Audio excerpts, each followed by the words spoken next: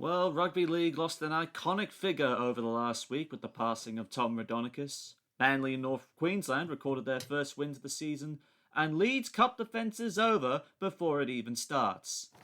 Yes, hello and welcome back to the Sideline Chat podcast, the one-stop shop for Rugby League.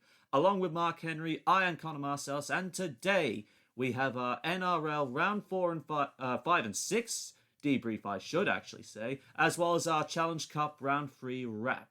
And we start off this week with the look at the Rabbitohs and the Broncos. Yes, Rabbits unsurprisingly beat the Broncos in what we could say a historic match, as Adam Reynolds kicked the first 2-point field goal since 1970.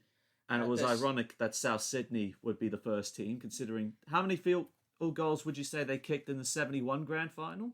Probably a couple to a few. I'm not quite sure. No wonder they put it back down to 1. Yeah. So a historic match, as like I said, Reynolds kicked the first 2-point field goal of the season, and since the rules have gone back to 2-point field goals from 40 metres out, and it was on half time. So yeah, and Latrell Mitchell finished it off with a 1-point field goal. Because why not? Yeah. The Rabbitohs, I can't actually say they have been clinical throughout this entire match, because there was a point and there was a lot of drop ball from the Rabbitohs in that game that could have given the Broncos a sniff.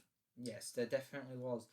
Also, what I've learned during that game and after, that the Rabbitohs scored via a field goal, 2-point field goal, conversions, penalty goals, tries. The only thing they didn't score points of was a penalty try. And an 8-point try. The only two things they didn't score. Yes. But other than that, they pretty much covered everything, which, when was the last time a team did that? Probably has never, ever happened, ever. No, I wouldn't think hardly ever.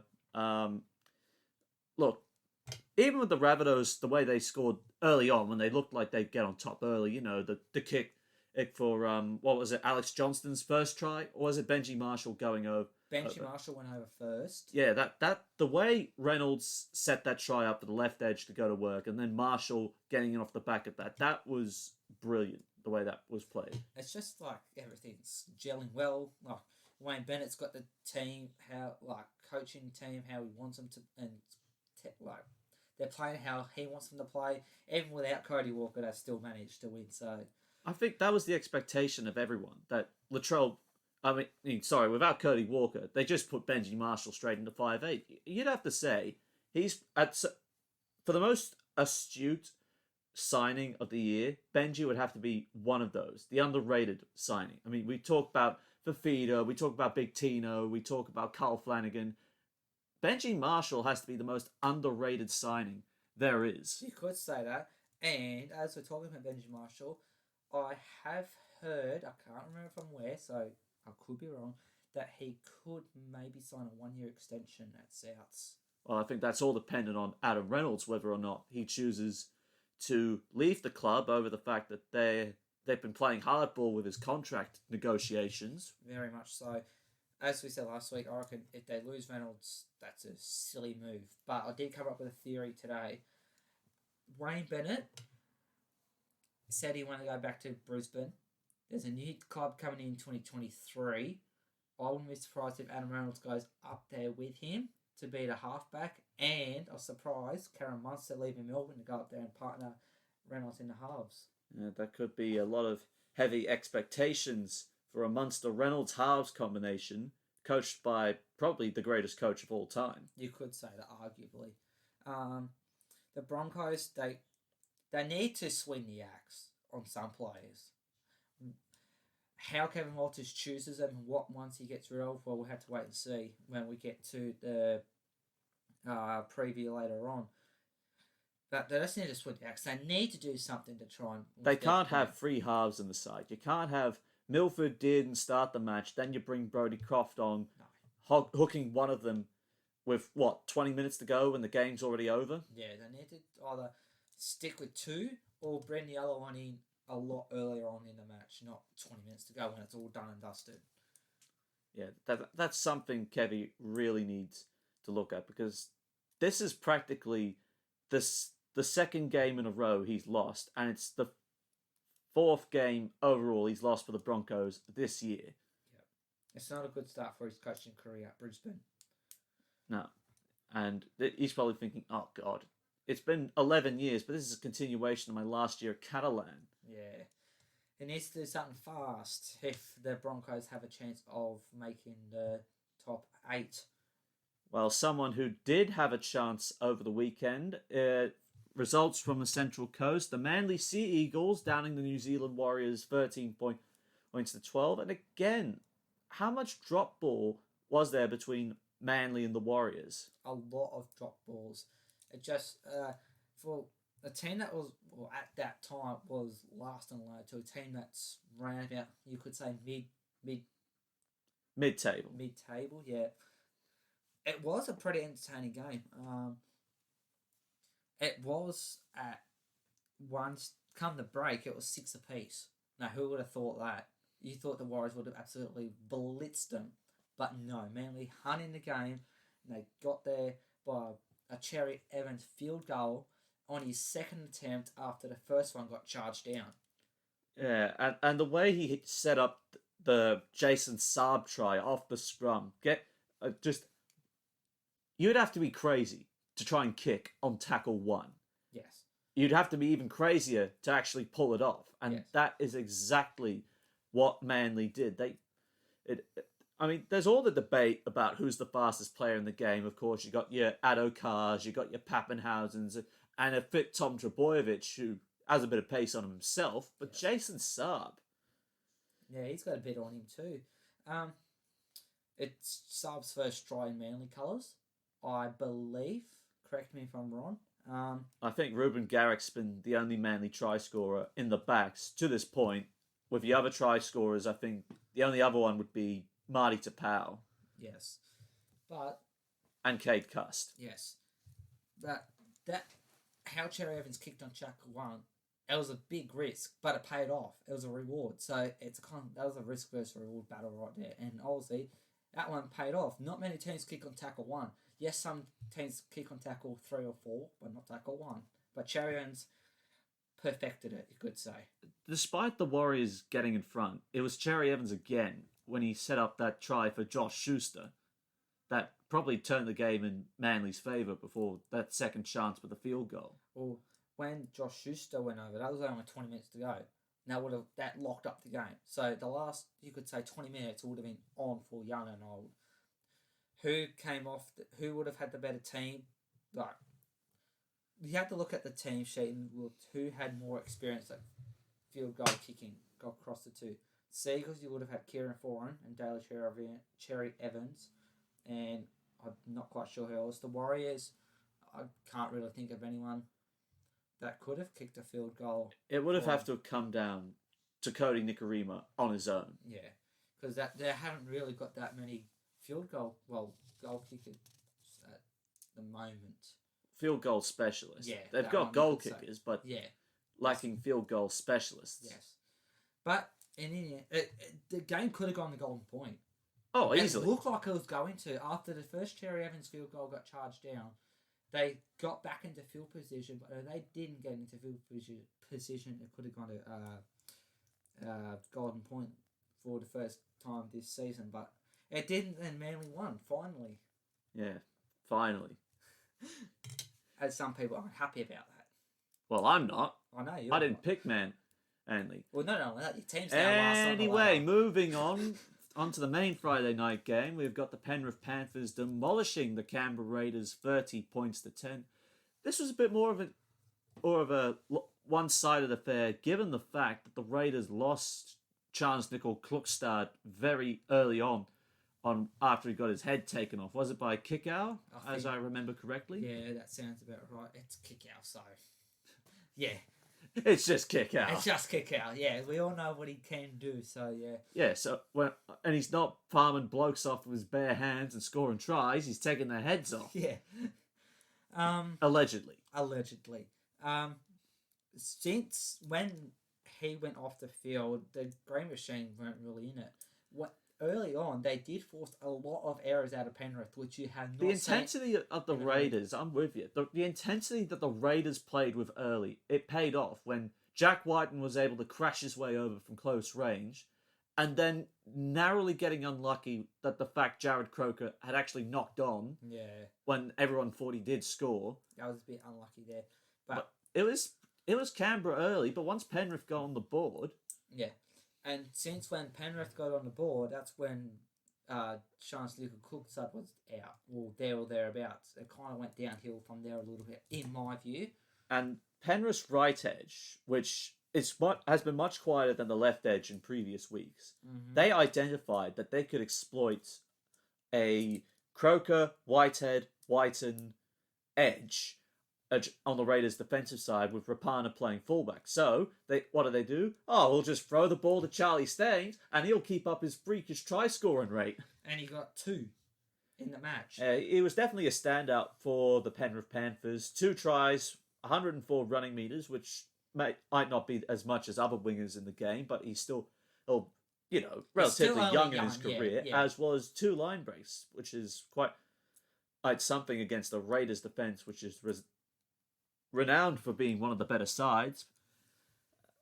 Matt Burton, playing out of position for another week, he scored another try. Could he be a permanent centre now? But I don't think so. Well, this is still given the fact that there is no Dylan Edwards for the Canberra Raiders, and they let 2 of their second and third string fullbacks go to play with other clubs, in Dane Laurie and with Caleb Aikens. We'll elaborate more on Aikens later. Yes. But in the first half, you had Chains, Burton, Staines, Burton, Lua, and Cleary. Sorry, not Cleary. Scoring tries with Cleary, getting all 3 kicks to lead 18-6 at the break. And then the second half was pretty much most of the same as the first. As Staines went over again with Cleary getting his own try. The runaway intercept from George Williams. What do you think he might have been thinking when he saw Cleary shoot up out of the line when he tried to create an overlap? Get me out of here, I reckon. He might have had a chance if Raiders if they had more defence at the back. Well, if the back 3 hadn't been thrown into disarray, where you got Croker out playing wing when he's a centre, stronger in the centres, and if you had Nicole Klukstad that was still on, that try probably wouldn't have happened. But it's Penrith; they're in red hot form, and the Raiders obviously fell to that as we mentioned, 30 points to 10. Well, 2 of the losses the Raiders have had, it came when they've lost key players in key positions. So, despite their best efforts, you really can't defend against freak injuries and accidents like that. No, you can't. Not one single bit. A team that did win convincingly. Yes. On the Gold Coast, for the 6th straight game at the Gold Coast, the Titans have beaten the Knights by 30 points or more for the 6th straight game. The full-time score from Seabus Super Stadium being 42-16. And if I can sum this up in 5 words or less, maybe even a few more, it was the David Fafita show. That's pretty much what you were getting. It was the David Fafita show. I mean, looking back at the game with Fafita scoring those tries, I mean, how many blokes do you see taking the quick tap and then just barging his way over from 10 metres out? Where was the Knights' defence on that one? Not existent. But in all honesty, the Knights playing on the Gold Coast is a very dodgy ground. Not dodgy, I should say, bogey ground for them. 6 straight games they've lost up there at the moment. It could be more, but they don't know of 6. But they did gain Kalen Ponga back. Well, they did gain him back, but he really didn't have much say on the outcome. No, he didn't really. But you kind of had to give him this, like it is his first game of the season, so it might have been a bit rusty here and there. Well, I wouldn't call 180 running metres, 1 try, 2 from 3 goals, and 5 tackle breaks rusty. Well, no. But they let in, as we know, 42 points, so they need to work on their defence. Majority of them, you got David Fafita's hat-trick, and then you got Corey Thompson's double down that side. That was 5 of the 6 tries the Knights conceded, all came down the right-hand side, with Patrick Herbert and Kevin Proctor getting in on the other side. With Kevin Proctor scoring in the first minute of the match. Yeah, after sending the kick out on the full, did they not? I think they did, yes. So... And losing Chris Randall doesn't help Adam O'Brien's injury crisis at the moment. But, as we'll say later on, they do gain some back. As we'll say later on. Yeah. Newcastle need to obviously really work on the defence. Just had another new half combination of Watson and Green, I think. Yeah. That just unsettles that a bit more, so that maybe made a difference. I'm not quite sure. But the form that Titans are in, they're also coming in really well. So they are showing that they're a serious contender coming to the end of the season. It definitely seems that way. And speaking of contenders, Melbourne Storm downing the Canterbury Bulldogs 52 points to 18. Now look, as I said last week, I had little hopes for the Dogs going into this game. I mean, if you listened to last week's episode, you would know I just had no words apart from Storm 13 plus, and that's exactly what we got. But what I didn't see coming was the Dogs actually put up a fight in the second half. And they actually got some points on the board for the first time in God knows how many weeks. I tell you what, at 36-18, you mightn't think of it with 20 minutes to go that much. But the way the Dogs are playing, we were playing like we were the top 8 contenders, and Melbourne had run out to a quick lead, and now all of a sudden they were getting ready to get run down. That is very true. As you said, they were held 36-18 for a long time. It felt like a long time, and I thought, geez, the Dogs might actually come back here and maybe pull it off. But no. Well, the Storm went bam, bam, bam, bam, bam, bam, and ended up on 52 points. Yeah, just at the back end. But for a long period in the second half, we were competitive. I mean, it was the Luke Thompson try that started things off. Then Jake Averillo got in off the back of an Adam Elliott run before Averillo himself setting up Dallin Watene-Zelezniak out-jumping Ryan Pappenhausen. Mm-hmm. And it helped that Flanagan got all the kicks, which helps. But as I've got here, they're there, but they couldn't quite finish it off. Yeah. But it shows that they can perform. The early lead, letting in some of those tries, the Felice Kafusi try was probably the softest of the night we let in. Yeah. All the 9 tries on the Storm were all from 9 different players. As you said, Felice Kafusi, Jerome Hughes, Christian Welch, Tui Kamika, George Jennings, Ryan Pappenhausen yet again, Justin Orme, Odo Carr, and Nico Hines. Now, Pappenhausen kicking 8 from 9 goals. It's overall defence the Dogs need to work on. We've now found out how we can attack, and it's Luke Thompson that's lifted the intensity of that attack, because we were rudderless. Then he comes on, and it's just like, all right, this is the bloke we've got to follow. We'll play off the back of him. Yeah. And then the standards lifted. All of a sudden, you had the Dogs throwing punches at Melbourne, and it was like, well, hang on, this could be a boil over coming up. It could have gone that way, but the Dogs couldn't stay in the game, and as I like to say, they fell asleep. Yeah. They're doing a Tigers trick. But there's definitely a bit of optimism now. I definitely feel moving forward. You'll be feeling a lot better. And someone that could be looking for optimism at the moment is the Cronulla Sharks after going down to the Roosters 26 points to 18 at the cricket ground. But they did have a lead of 18-4 for the bulk of the match.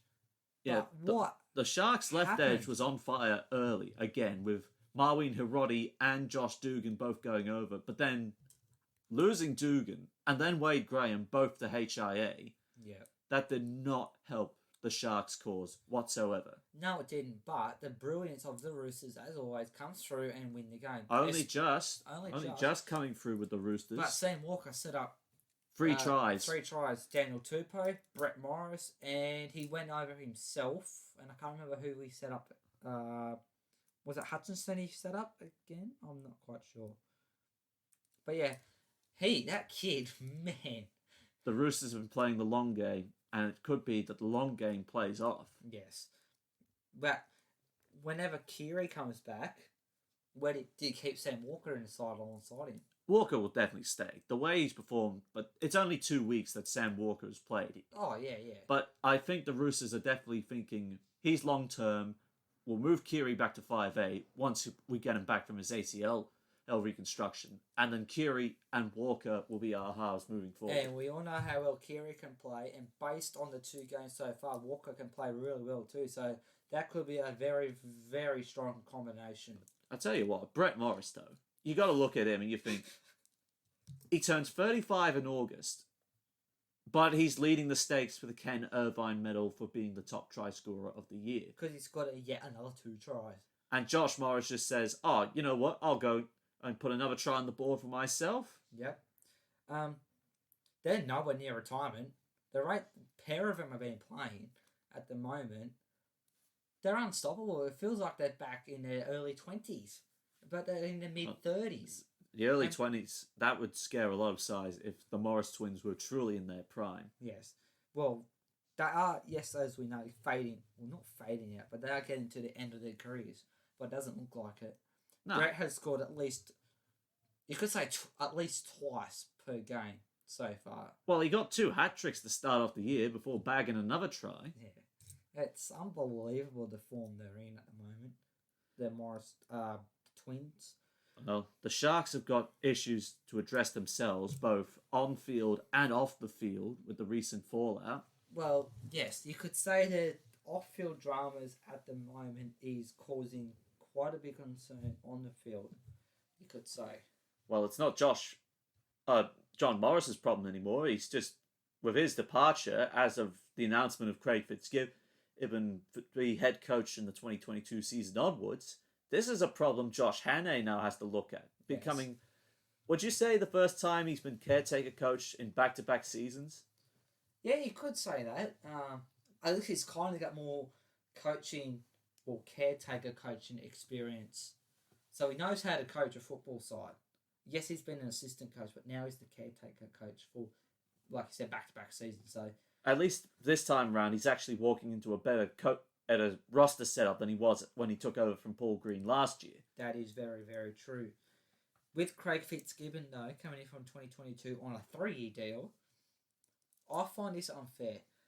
I know they had the salary cap penalty, but Craig Fitzgibbon's going to go into the Sharks club a lot better off than what John Morris came in. Yeah, I mean, he's going to have a lot more $3 million war chest Craig Fitzgibbon will get to play with, and he's already got Cameron McInnes coming in already. So he's got 14 players that their careers at the Sharks hang in the balance of what Fitzgibbon wants out of the side. Yeah.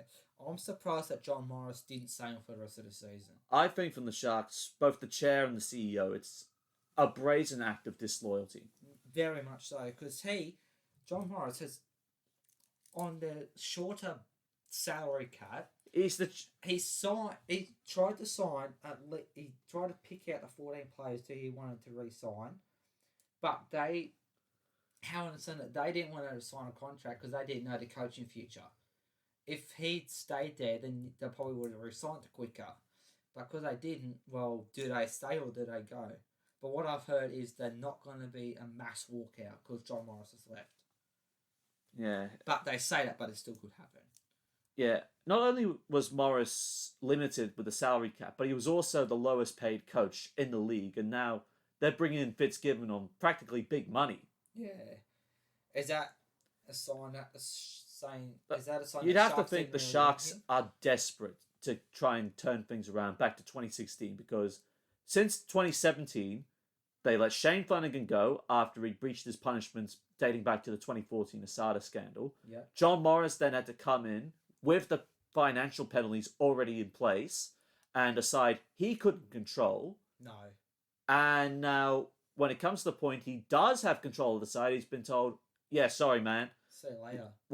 We're going in a different direction from 2022, and it's just like, John Morris has been the unlucky this coach bloke of the Sharks. has taken your side that could have fallen apart any time after Flanagan left, he got them to the finals. Now, we know he got knocked out twice in the first week, but he still got them into the top 8. Yeah. It's just so unfair how he's being treated.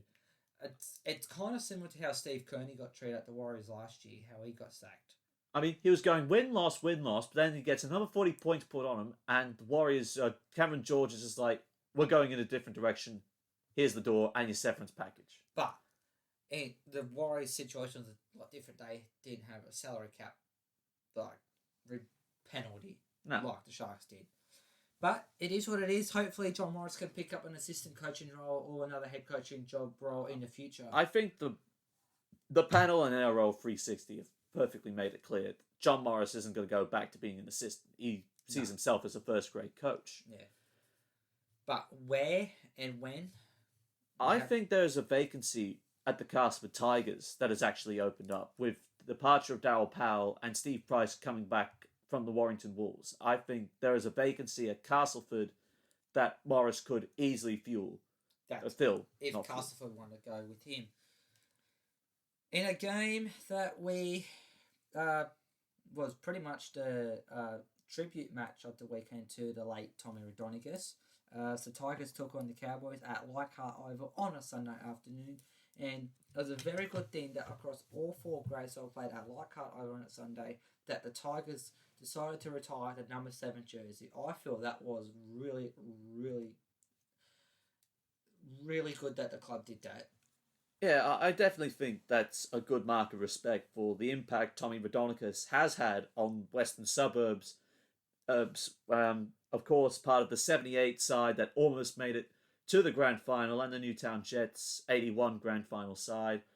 What more can we say about this man that's not already been said, or the stories that make us laugh at thinking, bloody hell, did this thing really happen? Yeah. What I obviously haven't been around for back in the days, but the vision I've seen of the slaps before the games. Whenever I hear bloody Roy Masters, that's the first thing I think of for when I ever hear his name. So, as Connor and I, we obviously went around when that happened, but we've seen it, and you won't see that nowadays. Well, very rarely. Just all I'm thinking about right now is, I hope there is a cattle dog when Origin kicks off this year. Yes. I don't give a shit about what the NRL or the ARL say. If there is no cattle dog in State of Origin across all 3 games, especially in Brisbane, if there is no cattle dog in Brisbane, and all the fans who might be listening to this know exactly what I'm talking about here. Yeah. If there is no cattle dog, is it even State of Origin anymore? Yeah. And there's also been talked about they could rename the State of Origin Shield to the... I think it's... The Beatson Raudonikis Shield. We'll throw that to the floor in the comments section about whether or not the Origin Shield should be renamed to the Raudonikis Beatson and Shield, because I think there is a lot of people that will argue State of Origin is bigger than 2 men. Yes. I mean, it's not just Raudonikis and Beatson. I mean, you got guys like Wally Lewis, Darren Lockyer, Brad Fittler, Andrew Johns, who's just like, hang on, what about these guys? Yes. What about their Origin achievements? Yes. So it's up for debate. It is definitely up for debate, but what's not up for debate is the Tigers were shit. Pretty much. They left it too late to come back. And the end result, the Cowboys have broken their drought at Leichhardt Oval. 21 years. And they probably played the Tigers better than the Tigers played themselves, because you look at the first try, Hamiso, Tabuai, Fido, it was just all quick shift, try and get it out to your speed men. Yeah. And then it was just an onslaught from there. Of course, Tabuai Fido getting that, well, it seemed like what some are comparing to Nathan Blacklock's try at Leichhardt Oval, chip over the top, get the room service bounce, and score the try. But yeah, the Tigers' right edge again. Just they are just crying out for something. And the left edge, I think we all know, is just brittle. Yeah, very much so. The first half was all the Cowboys. The second half was all the Tigers, pretty much. Well, just about. But that controversial decision that denied David Norfoluma going over. Yeah. Could have been the one that made a difference. 20 minutes ago, that would have been 24-20 or 28-24. I I can't remember what exactly it was, but it would have been one of the two. And the bunker interfered. Yet again. And this won't be the first time the bunker has interfered in this round. No, it won't be. And it certainly won't be the last. But yeah, the tries that the Tigers did got was through Dane Laurie in the first half. And then in the second half, it was Nofaluma, Luciano Lua, Garner, Talau, and Offahengawi to try and make the comeback, but it didn't quite work. No, it didn't. As per the Cowboys, the tries went Tabua Fado, Tuolagi got a double, and Drinkwater and Condon also scored. Yeah, the Tigers' right edge was very much exposed. When their left edge, of course, we know the better sides have gone at the Tigers' left edge. But the Cowboys definitely made good work of the right edge and trying to suck all the emotion out of this tribute to Tommy Day, considering he was a Western Suburbs legend in this joint venture. And another good thing is that the Tigers did wear the home jersey this year, which is predominantly black, so which is Western Suburbs. So it was touching that day, well, not touching, but it was a good tribute that day. Played that, and it was at Leichhardt Oval on a Sunday. Tommy Regardless, beside the result, he would have absolutely loved it. It would have been even better if they managed to get the win.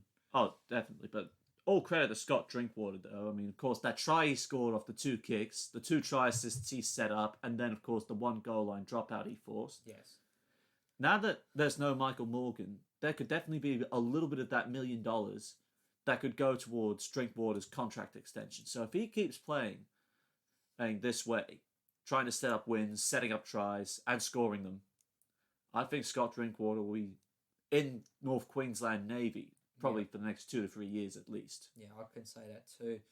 Now, I'm one happy camper yet again, as you could say maybe an upset over Parramatta at Bankwest Stadium again. But there's a big but there. Me, as a Dragons fan, I'd say that we got a little bit favoured. Dufty's, I think it was, I know it was Dufty, but I'm pretty sure it was his second try.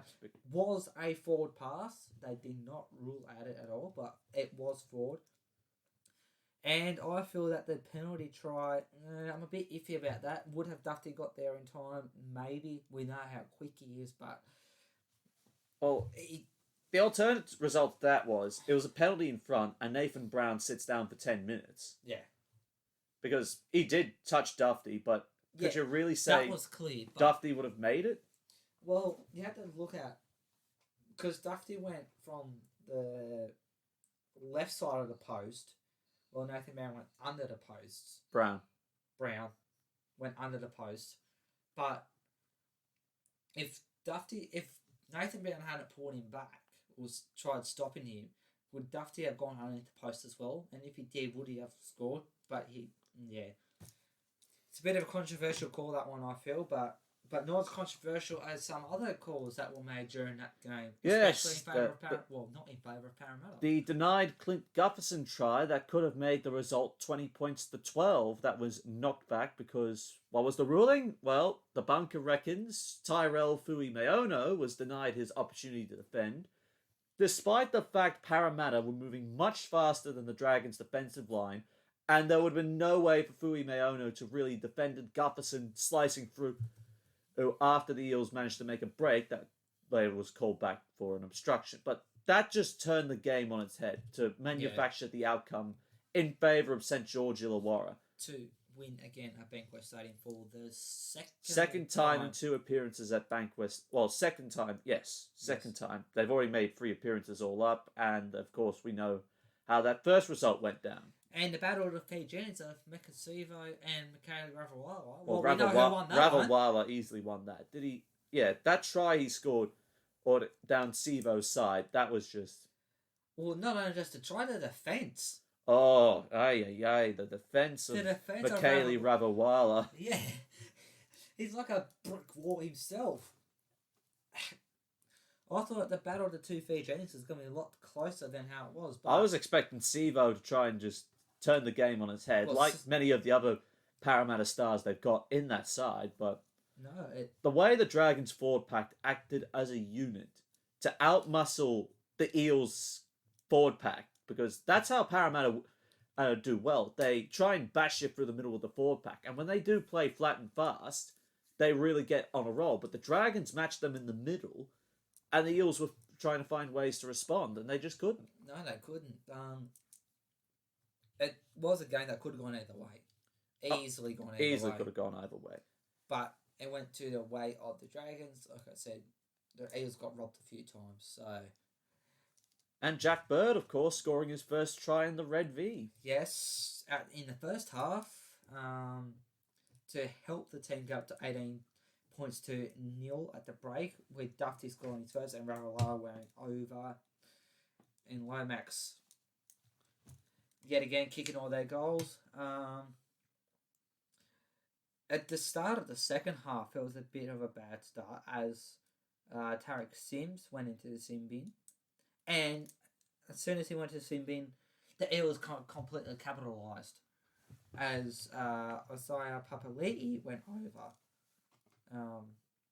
But yeah, the Eels got robbed. That's my final word on it. But I'm one happy camper, so I'm not complaining too much. It'll be interesting to see how the Eels respond to how they were outmuscled by the Dragons forward pack. And do other sides now see a way to beat the Eels in the middle of the field? Do they? They have to watch probably the video and see how we go and see how they might attack the middle for the Eels. Yeah, it would heavily depend. And especially with better forward packs like equally as good forward packs, your Melbournes, and if they meet the second time around, the Raiders, the Roosters, and especially the Rabbitohs. The way those forward packs are ranked at the moment. And of course, they got to still be Penrith in round 16, but results could really change between now and the next 10 rounds. Oh, definitely. It's a funny game, rugby league. Now, that's all our round 5 debrief. Let's move on to round 6, and we start Thursday night off between the Brisbane Broncos and the Penrith Panthers. Goodbye, Broncos. Go down the ladder even further. Penrith, keep winning. As much as I want is that all you've got to say about? Nah. In all honesty, Penrith. Well, we'll go through a team list first before I say my views. Panthers. Well, why change a team where it's been absolutely in winning ways? It's good that it's building all the youngsters' confidence in that. But for the league overall, I'm not quite sure it's a good thing that teams like dominating a lot. Like, I know the Broncos did back in the day, the Storm have, the Roosters having that, but yeah, I don't know. They might. A false positive that you think is the case? Maybe. Well, I'm not quite sure. As we alluded to earlier, Kevin Walters has indeed swung the axe on his underperforming, bumbling Broncos. Tessie knew the first of those casualties with Jesse Arthurs in the enters, Brody Croft being named at 5'8" over Anthony Milford, with Jordan Ricky and Tabita Pangai Jr. changing places on the bench and between the bench and the second row. And with no Ben Teo, Ethan Bollamore gets another chance off the bench. Yes. Yeah, I'm not quite sure. I personally feel that Kevin Walters has swung the axe on one of the right players, as in nothing against Anthony Milford, but he hasn't been playing. He is not 2015, 16, 17 Milford. No. So I feel that Kevin Walters has done the right thing to drop Milford. With testing you, I'm not quite sure that's a good move or not. That's just my view. But the decision's been made now, and as we said, Arthurs and Croft are in to replace 7 players. We'll have to see if that works or not. Well, the forward battle between Payne Haas and James Fisher-Harris will be one to salivate. You would have to say. Yeah, you could say that, but I think I know who's going to win that one. Well, the way the Broncos have been towed up, I mean, even though they were competitive against the Eels in round 1, it is round 1, and Parramatta did end up coming back 24-0 in the second half. Then they got steamrolled by the Melbourne Storm on Good Friday, and then they got rolled over by the Rabbitohs just last Thursday. So defence is a big issue, and it comes back to that confidence factor of actually being able to win. But you say defence is an issue, will come up against a forward pack, what Penrith have, with Kickow in there, Fisher Harris in there, Leota and Catewell and Yo all in there. How are you going to stop them? Well, that's the thing, especially the left edge with Burton, Toto, Oluwai, and Viliami Kickow. I think you should, if you're Xavier Coates, Jesse Arthurs, or Tom Dearden, honestly, say your prayers now. Yeah, pretty much. It's going to be... And we can probably expect Pangai Jr. attempt to match Kickow's aggression, only for him to get charged at the judiciary at some point. So you reckon Pangai Jr. will get charged? I could easily see that happening. So you're going to see... So how I understand what you're saying, there's going to be a punch-up between Kickow and... No, I just think Pangai Jr. is going to get reckless again, and then he's just going to find himself at the judiciary in hot water. Fair enough. I mean, with the... He does have a track record, though. I was going to say, with this record, it's not in his favour. I think that would be one of Ivan Cleary's game plans, because he knows Pangai Jr. does have a judiciary problem. Get him frustrated, make him agitated, and then he'll do the rest. So I'm going to go for a Panthers 13+ win. Yeah, I agree. 13 plus for the Panthers. To be precise, as I have done all year, it's going to be by 36 points at Brisbane.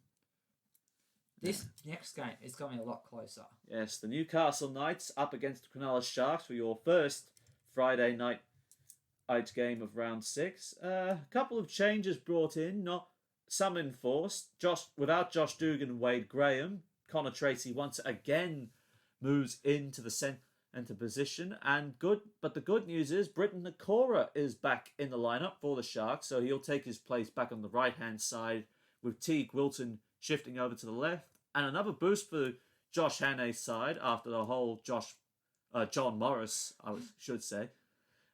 With John Morris's departure, COC for Talakai comes in for his first game of 2021. That is very true.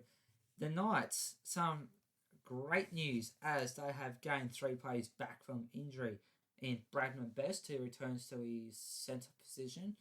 Kurt Mann returns in the half to alongside Blake Green, and Jacob Safedi comes back via the bench. With Best returning, Shibasaki drops out, and Watson returns to the lock position. With Safedi also returning, means that Pasama Solo goes back to the reserves, and a new debutant with a local product from Cessnock, Braden Musgrove, makes his debut on a win. Newcastle's problem in the last 2 weeks, it has been their defence, you would have to say, because Tarek Sims terrorised them in the second half to wrestle the Easter Sunday result in St George Illawarra's favour, and then the Gold Coast Titans absolutely destroyed the right edge between Fafita and Corey Thompson on their own. They're expected to go up against the Sharks' left edge with it's makeshift, the Sharks' left edge of Hiroti, Tracy, Moylan, and Teague Wilton. But that's what the Sharks have been doing well. They've just been playing as a unit, and their left edge with Matt Moylan is their greatest strength at this point in time. Once they gain Katoa back, once they gain Wade Graham and Josh Dugan back, as well as the inclusion of Sean Johnson, they'll be pretty much full strength then. The Sharks will get very, very interesting, but it's how they respond to losing Morris, having Hannay come in as the interim coach, and Craig Fitzgibbon coming in as their head coach from 2022 onwards. But forward battle, I think it will be very entertaining with Hamlin and Rudolph up against the likes of Clemmer and Daniel Saviti. It would be a very, very interesting battle for the middle. And as you touched on, at the time, when the team came out, there was nothing confirmed about John Morris or anything, but that was after. With all that, you could say distraction gone a little. It's still not. It's still kind of lingering around the distraction, I feel, but it'll be interesting to see how they go with now. They know that John Morris isn't there. Josh Hannay is the coach for the rest of this season, and then Craig Fitzgibbon next year. how are they going to perform? Being a few days out, they've had a change of coach. You'd think Sharks' morale would be low, ultimately. But the Knights' morale is probably even lower than that at the moment, and they've got a settled roster and a settled head coach. So I think that is the question. Who's going to come out of this first? The Knights' defensive woes or the Sharks' overall morale? Yeah, it's going to be a good game, this one. I feel, though, that being in Newcastle, the Knights will have the advantage. With the 3 players that they've got returning of Man, Best, and Jacob Safidi, the Knights are slowly getting back to full strength. It's going to take time, but they will get there eventually. So I see the Knights will be winning in the 1 to 12 margin of exactly 12 points. So you say Knights 1 to 12? Yeah. I'm going to have to go the other way. I think the quality of the Sharks' halves is sufficiently greater to that of the Knights, and if the left edge of the Sharks is firing in with that platform laid through the middle, I'm going to have to see the Sharks going up 1 to 12 at this point in time. Take that as you will. Now, this game could be interesting. I feel this game between the Melbourne Storm and the Sydney Roosters at Amy Park is the game of the round. And there's a lot of expectations with this, especially after 2 of the last times the Storm and the Roosters have met. Round 8, anyone? Yeah. That absolute classic? Yes, absolute classic, that one. The Storm, no need to change their team list there. But the Roosters, there's a question mark over the dummy half. Actually, he got off. He got off, okay. Yeah, with Ben Marshke somehow getting off, he will take his place at dummy half, whilst Adam Kieran rejoins the bench for the Roosters, as does Lindsay Collins, also making his way from the bench. Whilst there is no changes for the Melbourne Storm, although Branko Lee is in the reserves and could easily be called up at any point between now and Friday night. Okay, question time. If Ben Marshke got charged and he missed the game, who would play hooker? Because Fred's retired, Lassik's out injured, Sam Verrills is still out injured, and he would have got suspended. If he would have got suspended, who do you chuck at hooker? Well, they were talking about their 7th string hooker, which I believe they were potentially talking about Jesse Marski, who I believe is also a hooker, conveniently, or he's a halfback hooker. I'm not sure which one he is because I haven't checked recently, but they would have chucked the other Marski in, provided they got an exemption, or probably the more popular solution, put Victor Radley at dummy half, Liu who's a lock, Collins as the start, and then maybe bring in Saluka for feeder. There you go. I've kind of forgot that Victor Radley could play dummy half, so that makes it a lot easier. But hopefully they don't get to this stage again, because when Lussick returns, he'll slot straight in there. No doubt about that. And then when Verrills comes in, Lussick drops out. Yeah, well, Verrills will take over as 1, Lussick will be his number 2, and Ben Marshke will be probably as number 3 or 4. And as we know, Joe French retired, so we won't see him again. The Roosters' starts is probably what concerns me the most. The way they have started, quite frankly, since round 3, it have all been slow starts, and they've been lucky to come away with wins in the last 2 occasions. Especially last week against the Sharks. What sort of start was that? The slow starts... That was quite concerning. Especially now that Harry Grant is back for Melbourne, it'll come to a point with a little bit of game time off the bench to really terrorise this Roosters forward pack. Yeah.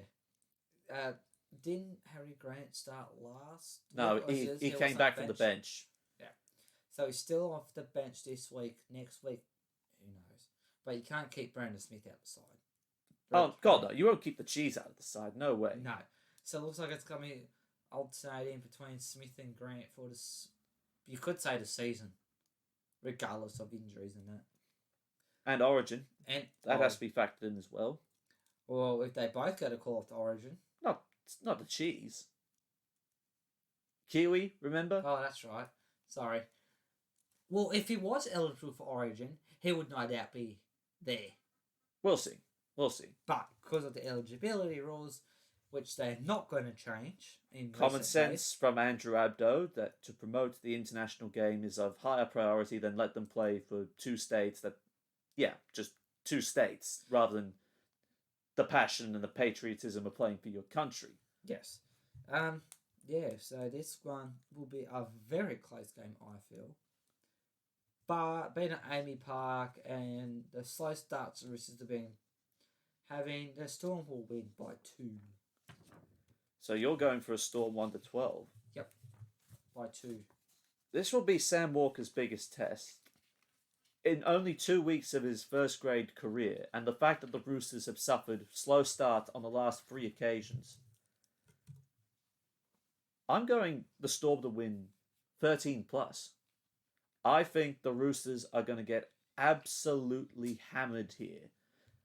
Yeah, and the left edge is going to do the most damage. I think Addo Carr's going to put on a hat trick here. He's been a little bit slow in recent weeks, but I think That's true. he's building up towards Something special. And the injury crisis the Roosters are also suffering in the key positions. Melbourne are going to exploit that to the full extent. Yeah, there's absolutely no doubt about that. They will absolutely explore those key areas. Now, from the furthest south of the Australian mainland, we go to the west of New South Wales with the Manly Sea Eagles going bush against the Gold Coast Titans. At Glen Willow Regional Oval in Mudgee. Yes. Mudgee's getting a few games nowadays, which is a good thing. But for these two teams, it's a neutral ground, I believe. Neutral ground? It's not really neutral ground for the other game that gets played there, as in the Dragons and Rabbitohs. Excuse me. But it's a neutral ground now. And in good news, Tom Trbojevic finally returns. And then he does his hamstring again. You jinxed it already. I'm not jinxing it, but it's good news for Manly that they get their best attacking weapon back, as well as Hamule Olakau'atau coming into the second row with Jack Gajewski ruled out for what seemingly is the rest of the year. Yeah, it's... And Manly have their fullback problem solved, for now. Well, yeah. With Tommy Turbo being a straight swap for Dylan Walker. Who is out with a hamstring injury? How ironic. One coming back from a hamstring injury and one out with a hamstring injury. So but it must be a hamstring fullback curse, that Manly. The fullback turn injured with hamstrings. Oh, who knows, to be honest. But I like the balance that the Titans are running with. Even without Anthony Don, who is their top try scorer of all time. Well, they've named it unchanged team again. Yeah. Like Penrith, why change a team that's playing so well? And Manly's right edge, they probably were thinking, oh God, we got Olakau'atau in, and we're expecting him to mark David Fafita in defence. And we know what he did to Newcastle's defence only just last Saturday. Put 3 not only the defence, he put 3 tries on him, and then him. Corey Thompson added another 2 tries down on the left channel. And Manly's right edge is the leakiest in the Premiership. Hence why they're not so high on the ladder. I mean, even without Sully or Gajewski, it's now Olakau'atau and Sherry Evans that will be the vulnerable links in the right edge. Possibly. Or could be true. But both teams are coming off wins. One by just, but one, well, I feel like another postcode, as in the Titans getting beat, flogging Newcastle. Which team's more likely to go back-to-back? At a neutral ground, I feel that this game could be closer than what people think, but not by much. But in Mudgee, it will be the Titans winning by 16. So you're going for a Titans 13 plus? Yes. I'm also going for a Titans 13 plus. I think they have got the formula off their bench and their forward pack to meet it with Manly. And I think Ash Taylor and Jamal Fogarty will rekindle the confidence that saw them beat Newcastle convincingly. Yes. Another game and another team that will more likely win convincingly is the Rabbitohs Tigers match, where Cody Walker is back for the south side, which puts Benjamin Marshall back onto the bench.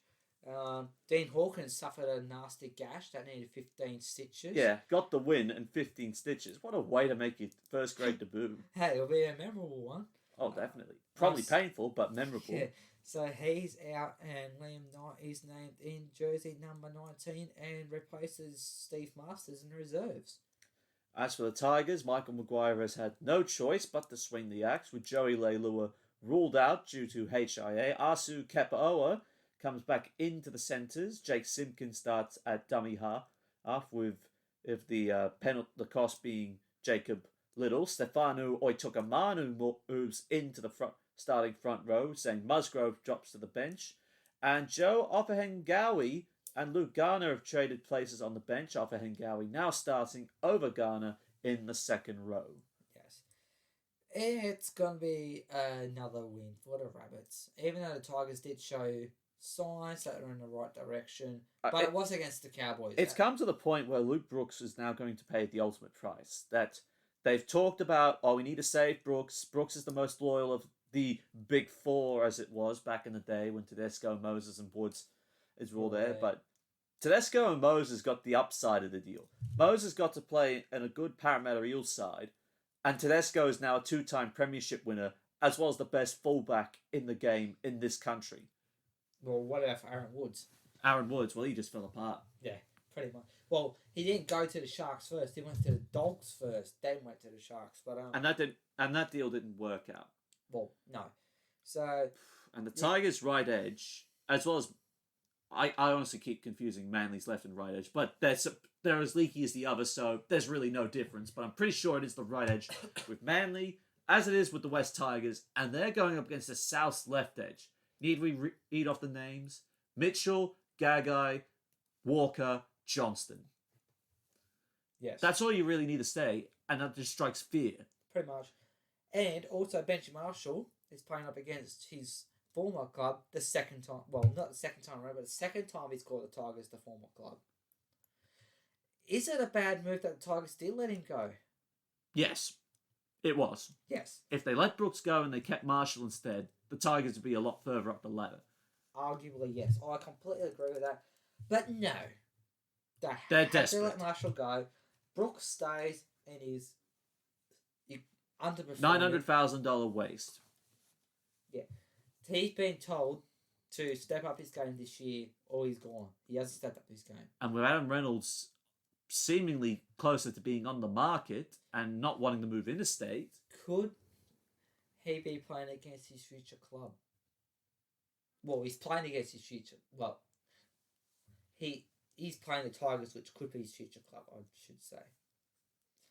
It's a wait and see. Wait and see. With Adam Reynolds, it's a wait and see. But what isn't a wait and see, it's a Rabbitohs 13+ win. Yes, it is. I've got that as you said, 13+ win.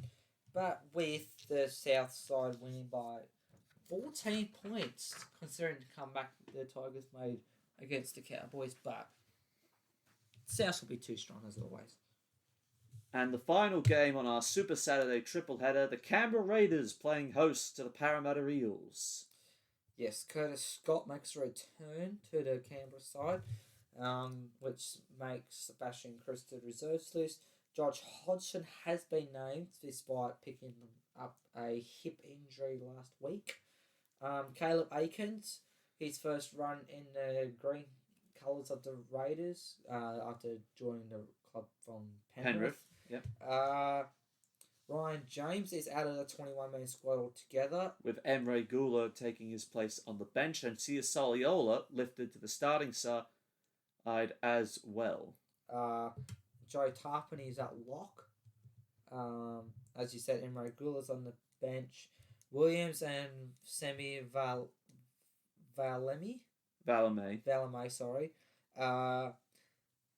Leave the reserves list to make room for Chris and Matt Frawley. As for the Parramatta Eels, with no Dylan Brown for the next 1 to 2 games after taking the ban for the crusher tackle, Will Smith has been elevated to 5'8". Ryan Madison comes back into the starting side with Isaiah Papali'i shifting back to the bench, and Bryce Cartwright retains his place in the side. after making his Eels debut last Sunday. And Keegan Hitgrave has been promoted back to the bench. Well, yeah. This is the clash of two heavyweight teams for the premiership this season, the Eels Raiders. And both coming off losses in round 5. Yes, they are. So it's going to be a fiery clash, but not as good as the Storm Roosters. Nothing against Parramatta and Canberra, but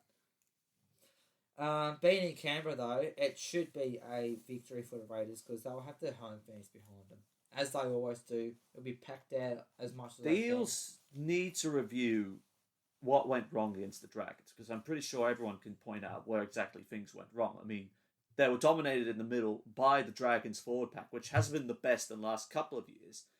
Now they're expected to go up against another level, against the Canberra Raiders side that's forward pack is highly rated for its gritty defence and its mobility, with the likes of Papali'i, Hudson Young, Joe Tarpany, and Ryan Sutton in the last few weeks coming off the bench. So they really need to have a look at that. Not to mention, Williams versus Moses will be the key to both sides, considering Caleb Aikens is taking over for Chance Nicole Klukstad. The Eels will probably be targeting Caleb Aikens a bit with their high kicks during a match, I feel. But Caleb Aikens, you'll probably have it under control.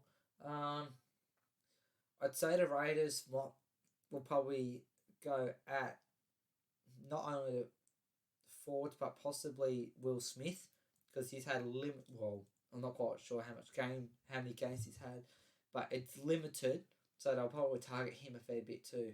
Yeah, I think the Eels' right edge will be bracing for the fact that Jack Whiten's going to try and throw everything towards Will Smith's edge. And the form that he's been in too, it's likely that they're going to... You could say flatten him. And the other problem is the Eels aren't really carrying a backup dummy half option. Because if you look at that bench, Kafusi, Papali'i, Hipgrave, and Bryce Cartwright, if Reed Marnie goes down, if they're not carrying Joey Lussick, Parramatta's in trouble. I'd say the player, if Reed Marnie goes down, the best player that will suit that position to me is Bryce Cartwright. You think Cartwright could slide in a dummy half if Marnie goes down? Yeah.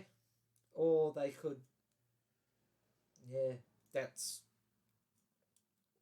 Out of the 4 players on the interchange, I reckon he'll be the best suited. But let's hope Reed Marnie doesn't go down. No, because he's a good player as well. Yeah. And he could be on the verge of Origin sooner rather than later. This one, with the Raiders home game, it'll be packed out at GLO Stadium on a Saturday night, even though it'll be cold. It's coming they don't care. Year. They don't care. They'll just swear their Viking horn beanies or what do they have down there, and the Raiders will win by 6. Yeah, I'm going to have to go with a Raiders 1-12 victory. I think the Eels will need to take just another L before they can get back on track with their good start to the season. Yes.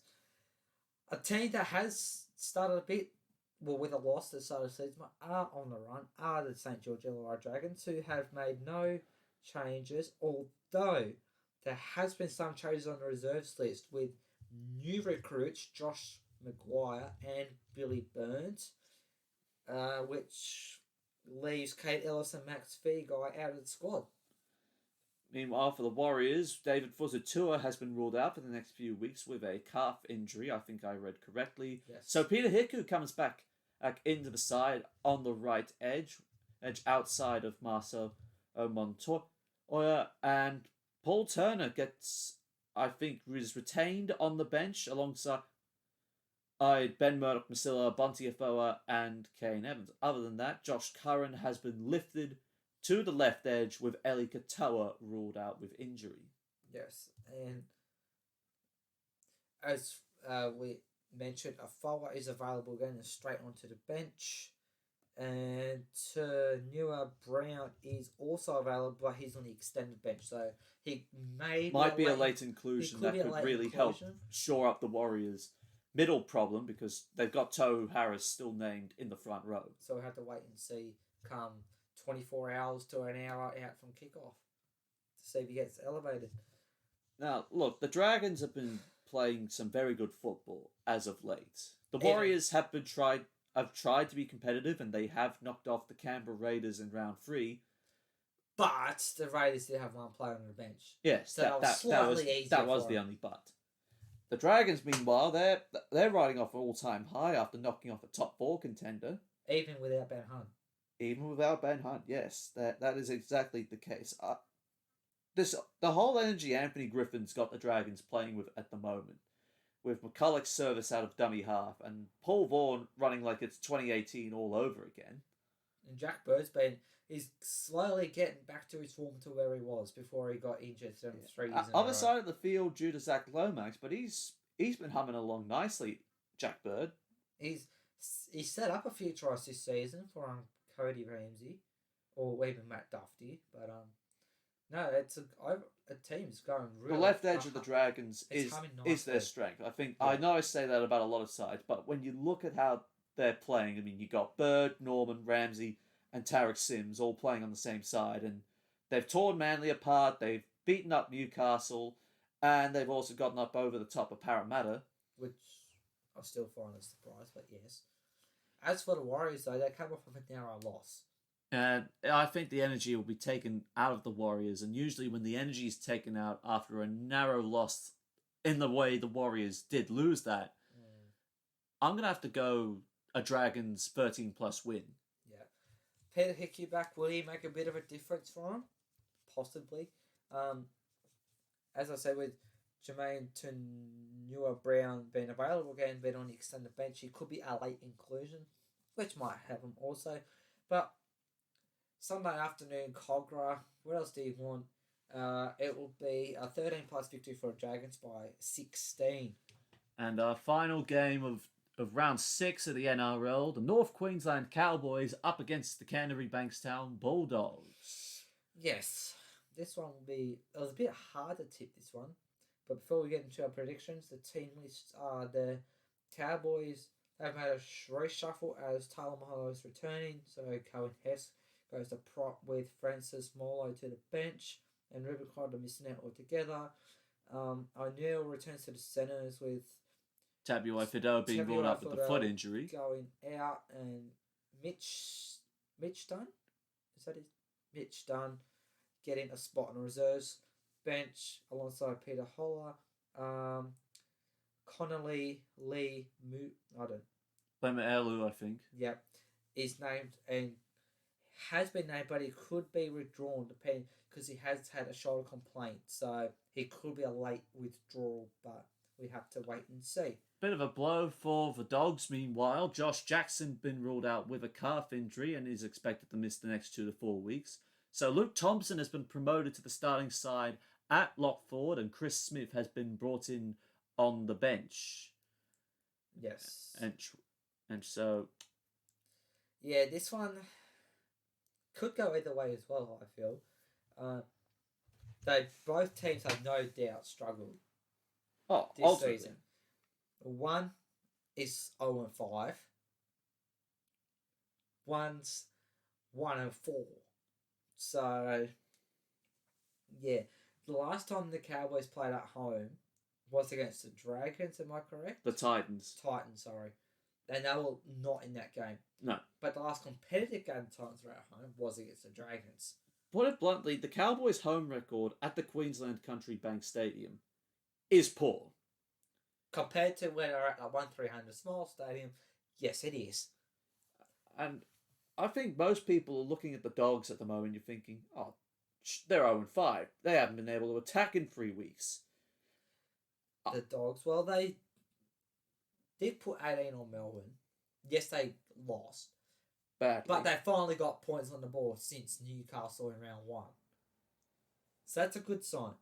And with Luke Thompson being back and getting starting, that's more of a boost, I feel. I think both him and Hetherington are going to form a 1-2 punch that gets the Dogs downfield, that gives Avarillo and Carl Flanagan time and space to work. And considering that Taumalolo is not going to be playing big minutes, means he won't have a big impact unless he runs harder than he usually does. Not to mention, Cowboys' right edge defensively is very soft. True. But so, like you said, I don't think Tom will be running as hard as he usually does. Coming back from a hand injury, he might want to not risk injuring it again. So he won't be at his dominant best, Jose Talamalo. So it's gonna be hard to see who's gonna be the best player for the Cowboys. And not to mention, the other part of the matter is the Cowboys are running with a makeshift halves combination following the retirement of Michael Morgan. They might have gotten lucky against the Tigers, but again, and even though Avarillo and Flanagan haven't had the opportunity to lead the Bulldogs around the park, there is an air of confidence around Canterbury after that. But during that game against Melbourne, where they had that period where they were able to really trouble the Storm. Yeah. So, and I think going up against a lowly ranked Cowboys side, I think they're going to do one better. I think they're actually going to get the first win of 2021 and lift themselves off the bottom of the ladder. In what margin? I'm going to go a Bulldogs win for going at their left edge and taking advantage of the inexperience of their current halves combination. I'm going to go 1-12 win for the Dogs. I agree. A 1-12 win for the Dogs by 4, based on that they will be on confidence. Well, both teams will be full of confidence, but the Dogs even more so playing against a top team like the Storm when they had that brief period of dominance. So Dogs 1-4. All right, Dogs 1-4. Now, there was no Betfred Super League action over the weekend because it was the third round of the Betfred Challenge Cup, the oldest domestic tournament in the history of rugby league anywhere in the world. And the first of our results was, of course, the York City Knights going down to the Wigan Warriors, 26 points to 0. You kind of would have expected Wigan to win that one. A Super League team coming up against a non-Super League team is kind of expected. But the way Wigan were able to pull apart York's edges, especially with Jackson Hastings being able to throw probably the worst dummy you'll see this year, probably, and was still able to break through York's line and then set up Yamala Hanley in the corner, and then, of course, Tony Clubb crashing his way over from close range, showing the soft underbelly that certain championship clubs have to work with. Yeah. Is Championship Club York, are they going to be, do you reckon they'll be promoted to the Super League anytime soon? Well, it depends how they back it up in the championship fixture, considering York had a couple of Super League regulars in the past, such as Kieran Dixon, Adam Cuthbertson and Danny Washbrook, and they weren't running with their first choice halves combination, which probably didn't help the cause. But at the end of the day, York weren't able to break down Wigan defensively, and their defence in turn was substandard. Yes. As for the second result, we have Hull Kingston Rovers going down to the Castleford Tigers, 33 points to 32. Hull KR ran out to a 22-6 lead at the break. So what went wrong? I honestly could not tell you. There could be a preview for the future Super League games this season. Look, Hull KR's had a pretty decent squad. Like, it's more like the regular squad what they'll play week in, week out. With Queensland, Hall, Kennedale, Minikin, and all the likes there. Yeah, having that lead, they must have collapsed somewhere.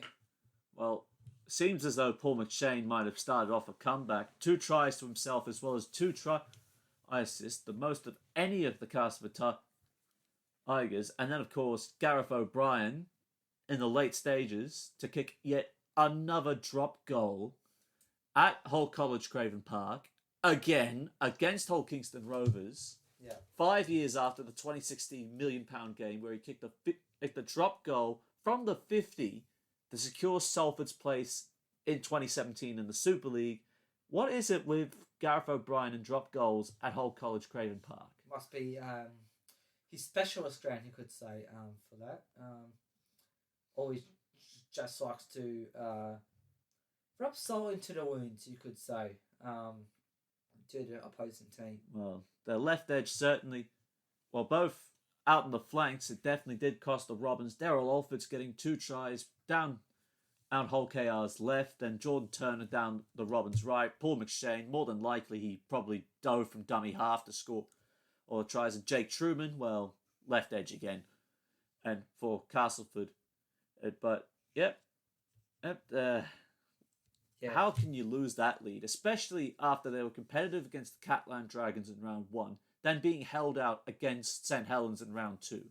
I did say last week the Challenge Cup is a whole different competition to what the Super League is, and it has shown that Hull KR having that lead and then lost, and might have happened in Super League, but Challenge Cup things can get turned on their head and very quickly, as it was shown with that 1-point victory to Castleford. Now, Hull FC and the Featherstone Rovers, a rematch since World War III back in 2018, but this time, hopefully there were no red cards being handed out this time, as Hull ran out 34-14 winners. Jake Connor, 2 try assists in and amongst everything, and apparently it seems no Mark Sneed, no Josh Reynolds, no worries for the Black and Whites. I knew coming into this game it wouldn't be a full strength side, because they wouldn't want to risk their players like Mark Sneed and Josh Reynolds getting injured. And they did exactly that, and they still managed to win. So it just shows that they can still win without 2 quality players of Reynolds and Sneed. Meanwhile, the Castellan Dragons 26 downing Wakefield Trinity 6. The 2018 Cup holders were able to hold on in the first half before putting it away in the second half, thanks to some good work from Josh Drinkwater, Tom Davies, and of course the evergreen Sam Tompkins. Yeah, a 26-6 victory Catlands against Wakefield. Kind of looking at the previewing the game last week, kind of knew that Catlands was going to win this one. I'm not saying Wakefield are a bad side, but not the best side. So Catlands was always going to win that one. But I thought it might have been a bit bigger of a margin, but 20 points is still quite considerable. Now, one result where I did get this wrong. Salford Red Devils 68 downing the Widnes Vikings 4. That gulf difference of class between a Super League side and a side from the Betfred Championship. This one, I got it horribly wrong. Well, I correctly predicted Salford to win after the, you could say, poor start to the Super League season. Definitely a poor start with them only scoring 2 tries in 2 weeks. And then they've come out and put 68 points on Widnes Vikings. But then again, Widnes have had financial issues in the past. They haven't been able to assemble the best squad. But even with some of the regulars they have picked off in the past, such as Matty Smith and Lee Jewett and Paul Clough, that was not enough to get over the top of the Salford side that seemed to have finally clicked into gear somewhat. As you said, we witnessed Vikings' financial issues. That wouldn't have helped with COVID-19 last year. Oh, no. They only just avoided being erased from existence altogether. Yeah, so that doesn't help either. So COVID-19 probably came at a bad time for them. But look, 4 points is better than nothing. Oh, yeah. But they are eliminated, I must say. They are out, and 1 week before the quarterfinal, or before the quarterfinal stage anyway, which also happened to the Leeds Rhinos, despite their best efforts to fight back in the second half, with a Brad Dwyer double from dummy half, pulling Saints middle out of position. The Red V was just too much again. The Saints, both through Regan Grace and through Tommy Makinson, formed the bulk of St. Helens tries, and they were able to hang on in a very tight game, which some people thought it was a bit underwhelming with the way that Hull KR and Castleford went. But to have the Challenge Cup champions knocked out before the knockout quarterfinal stages? Yeah, you don't really expect that to happen. You think the reigning Challenge Cup champions would progress further in. Well, it probably didn't help that they lost Luke Gale for 4 to 5 weeks on top of the other players that were not available for Richard Agar's side, like Jack Walker, Robert Louis, Conrad Harrell, and Ash Hanley. They would probably make the game more competitive, but also the fact that they lost Zane Tedovano due to a red card did not help the fact that they were 13 men on 12. But if Leeds won over St Helens, it would have been another kind of surprise too, because St Helens, we all know how good they are. So, if them players that you just mentioned for Leeds were playing, it could have been a lot. It could have been different. It could have been a lot closer. But St Helens, even in a Challenge Cup, they still can they've kept that winning streak going of across the Super League and Challenge Cup. So, yes. And our final cup tie is of round 3, the Warrington Wolves demolishing the Swinton Lions 32 points to 8 at Haywood Road, the left edge of Warrington between Toby King, Tom Lynham and Blake Austin kicking into gear. Oh no, sorry, Austin's on the other side. But nevertheless, Toby King easily front runner to get an England jersey, and Tom Lynham running up a storm again and Swinton. And whilst Matty Ashton and Danny Walker, alongside Blake Austin, have contributed very well in the back line for Steve Price's men. Well, it looks like Warrington had a pretty much a full-strength side, you could say. Nearly full-strength side, barring maybe 2 to 3, maybe 4 players. But they are coming up like another championship team. And Warrington, as I've mentioned before, are one of the top teams of the Super League. So it's kind of no surprise that they put that many points onto them. Swinton, though, 8 points is good, but they could have done a bit better, I feel. And finally, the Lee Centurions against the Huddersfield Giants, with Ian Watson getting his first win in Huddersfield colours, downing the Centurions 36 points to 80. Now, Huddersfield have not had the best start to the league campaign at all. I mean, no. Held out against Hull, then they could not get over the top of the Catalan Dragons, and despite the way the Leeds Centurions played, you know there's going to be a gulf difference between the lowest ranked Super League side and other sides that are considered higher up on the table. It wasn't that much of a beating though, like 36-18. It's a good win for Huddersfield, but Leeds, you could say, stuck in there. Well, they certainly stuck in the second half to come back from 20-6 down, but Huddersfield running away with it in the end. Jermaine McGilvery bagging a hat-trick in that performance. Wow. Hat-trick on any day of the week, you'll take with both hands.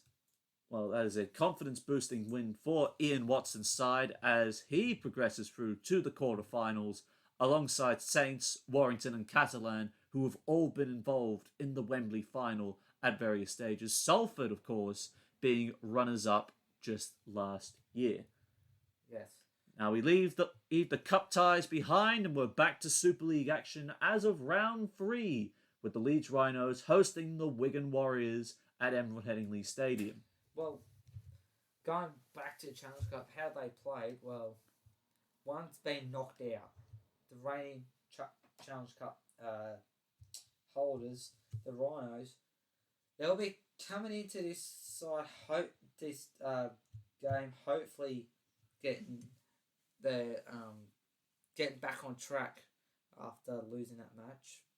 The loss of Luke Gale, I think, will hurt the Leeds Rhinos big time, and given the class of the Wigan Warriors, with Bevan French named in the 21-man and squad, his return means that Zach Hardacre will return to the centres, and that'll open up more attacking options between French and Jackson Hastings as well. So that could mean a bit of more openness for Willie Isa to play a bit more on an edge more than he has been in the centres, but we'll see how Adrian Lamb wants to play this with French's ability. And Adrian Lamb, he's a smart coach, so he knows what he's talking about. He knows the game.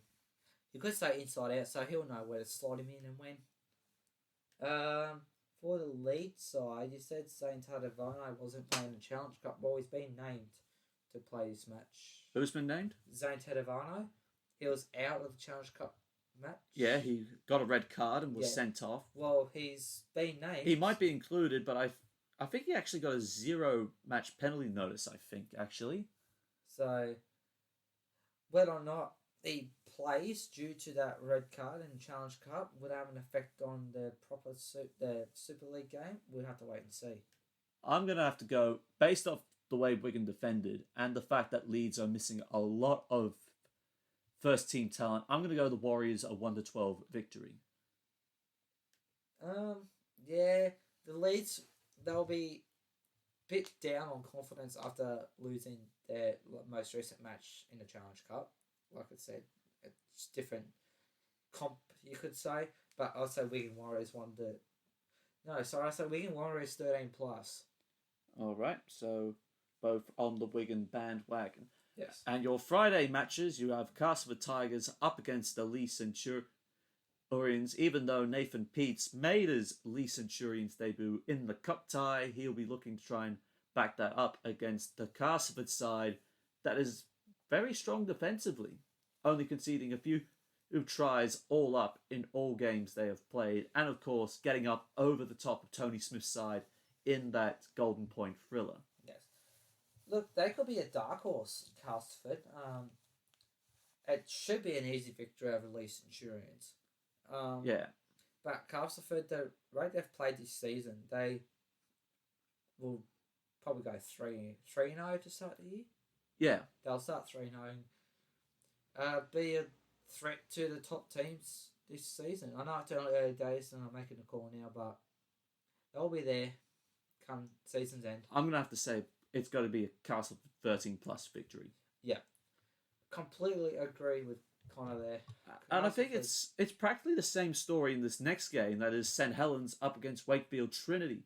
I think the return of Lachlan Coote and the ongoing issues with Mark Percival means that Jack Wellesby has been getting a bit more game time ever since he scored that iconic try to win the 2020 Grand Final for the Saints. And their defence has been probably the best in the league, having only conceded one try across the two league fixtures they have played, and were more resilient in the cup tie against Leeds, even when they tried to put a challenge on in the second half.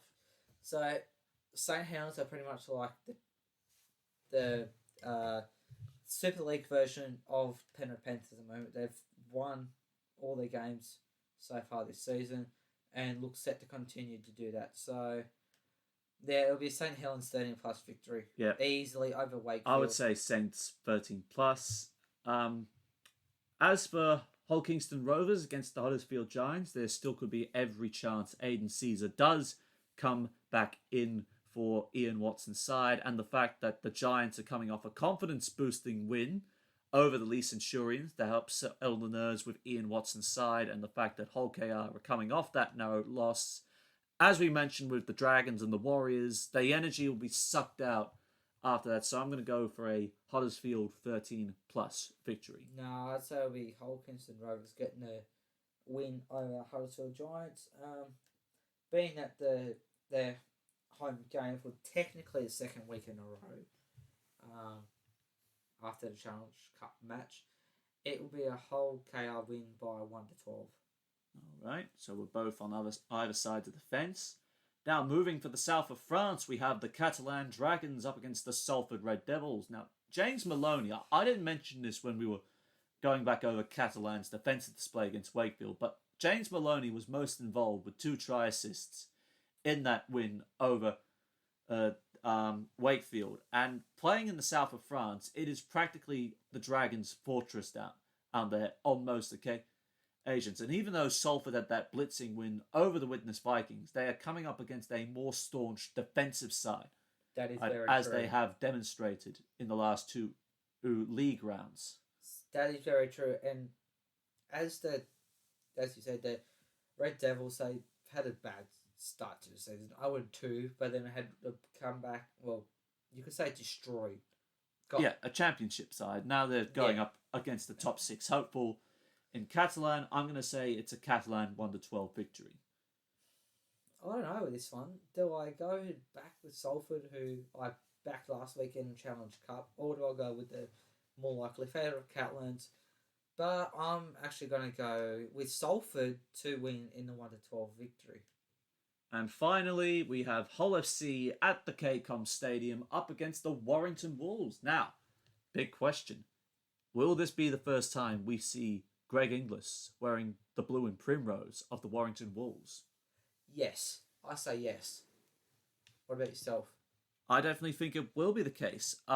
Big problem is of course the loss of Josh Reynolds for 4 to 5 weeks with his hamstring injury and potentially the unavailability of Mark Sneed, given that he was not named in Hull's Cup up-tie win over the Featherstone Rovers. Not to mention Warrington's left edge is pretty much on fire at this point between Lynham and Toby King tearing up right side defences with tries galore. So just think what would happen if Greg Inglis suddenly got involved with that. It'll be more of a force than what it already currently is. But if he plays in that side, well, where would you put GI in the side? I would put him at right centre, on the outside of Josh Charnley, but either side of the Warrington Wolves, as long as they match their consistency with the groundwork they laid out against the Lee Centurions and then back it up after that performance against Swinton, I can see Warrington going 2-1 here. Yeah, I could see that as well. The team that the Warrington Wolves have, it's a strong team, no doubt about that. With Hull FC, they're like around about mid-table, I feel. So I'm going to say Warrington will win that one in the 1-12 margin, I say. I think Warrington will pull off the win at the 1-12 margin, because I think Hull are much better than last year under Brett Hodgson with their defence, but I think with the Warrington Wolves attack, I think they're going to be in a lot of trouble with that one there. Yes, that is very true. Right, that is full time from us here at the studio. If you liked what you heard this week, please remember to leave a like and subscribe to the Sideline Chat podcast so you never miss a week of rugby league action. Hope you enjoy round 6 of the NRL and round 3 of the Betfred Super League. And join us next time. From alongside Mark Hendry, I'm Connor Marcellus, and you have been listening to the Sideline Chat podcast. Bye for now. Goodbye.